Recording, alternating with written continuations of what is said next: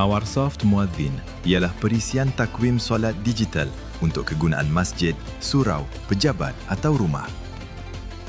Perisian ini akan memaparkan waktu solat bersama maklumat-maklumat yang lain dalam bentuk multimedia dengan grafik yang menarik. Terdapat pilihan 4 skrin utama untuk digunakan, iaitu jam analog, jam digital,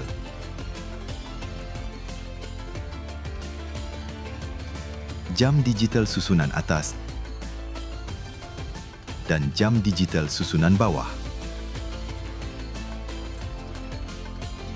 Pelbagai maklumat boleh dipaparkan dalam bentuk multimedia melalui skrin-skrin selah yang disediakan, iaitu skrin poster adalah untuk memaparkan maklumat dalam bentuk grafik bitmap.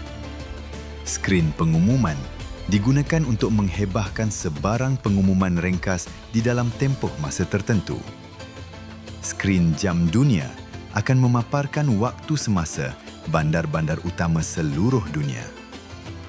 Skrin program akan memaparkan program-program yang sedang aktif satu persatu.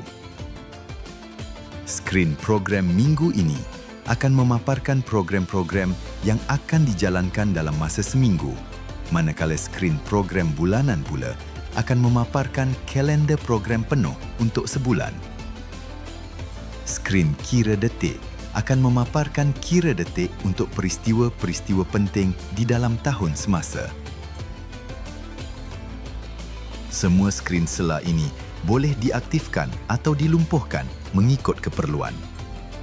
Semua maklumat yang akan dipaparkan boleh dikemaskini secara terus melalui Content Manager yang disediakan melalui Mawarsoft Muadzin atau secara remote melalui Mawarsoft Muadzin Control Panel.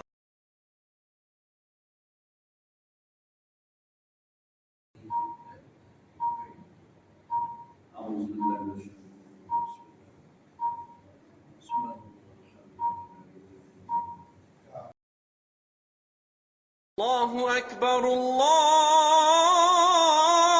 Akbar. Mawarsoft Muadzin, panggilan menuju kejayaan.